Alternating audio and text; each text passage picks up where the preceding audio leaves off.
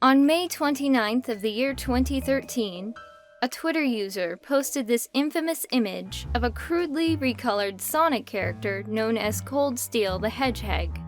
On the bottom was a messy signature of an individual known as Bloodskullboy84, who nobody can find any record of online. Along with this picture and signature was his backstory featuring bad grammar, swearing, and references to a Chaos Kid 663, a person the creator had a supposed personal vendetta against. COLDSTEEL's likes and dislikes were even listed. Some gems included 9 Inch Nails the band, Darkness, Hot Girls with Big Boobies, 9 Inch Nails on Fingers, Levi's, Short Nails, Chaos Kid 663, Kevin Robinson from school, F you Kevin, stop showing everyone at school my DeviantArt you piece of shit, and my dad.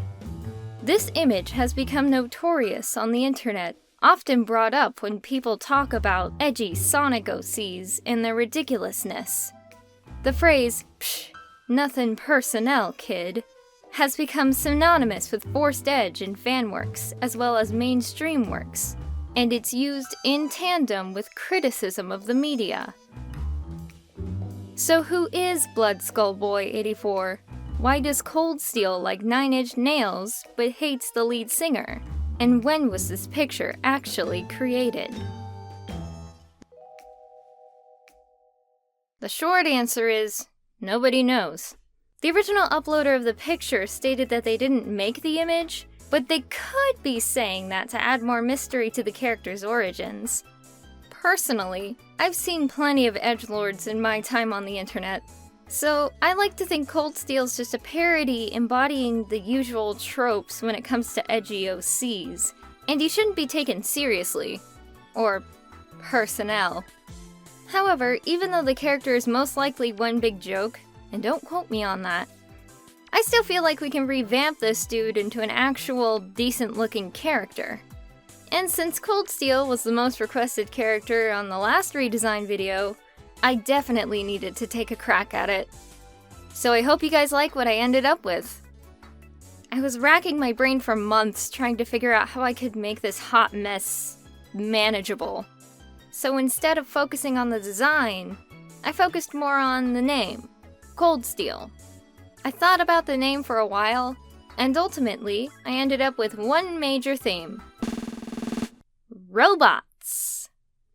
That's right, I'm going to turn COLDSTEEL into a robot. Because steel, metal, robots are made of... Okay, it's dumb, but I'm rolling with it. For this design, I took inspiration from other famous Sonic robots, mostly Metal Sonic, Neo Metal Sonic, and Shard from the Archie comics. So while I'm building this character, I'm also going to keep in mind some of the more silly aspects of COLDSTEEL's original design, like the earring, spike rings, and Jinko jeans. So as you can see, I didn't draw the original design this time. I started with a very basic sketch of the pose I wanted him in, which will change slightly as I'm drawing. One of the main reasons I used Shard as an inspiration is the raccoon patch on COLDSTEEL's eyes. Shard has something similar, so it was perfect. I noticed COLDSTEEL had this marking on his forehead, which is barely noticeable thanks to the JPEG quality of the image.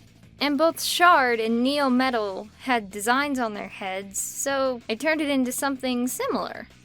The ripped ear didn't really look good when I tried to recreate it, so instead I decided to make a marking on that ear as a callback to the original design. I turned the earrings into markings on the spines as well. Now I'm adding a little bolt to the cheek to mirror Metal Sonic here.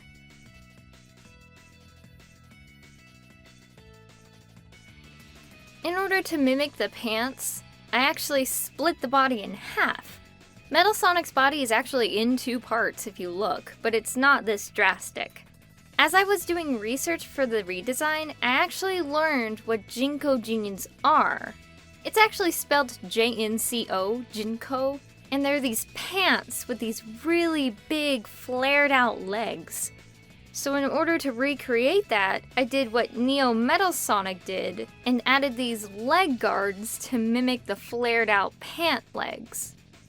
At some point, I got the idea to mimic the belt in the original design by making that random chain hanging in the back a sort of belt that wraps around the torso.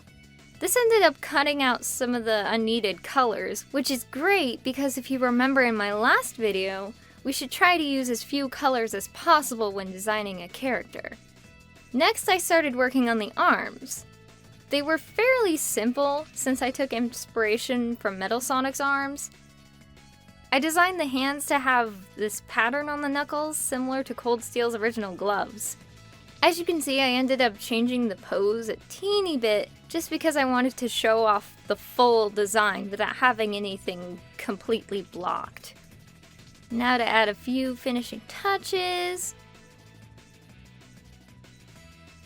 And done. So far, the design is drastically different from the original, but I feel that's a good thing. Let me just do the line art off camera, and then we can play with colors.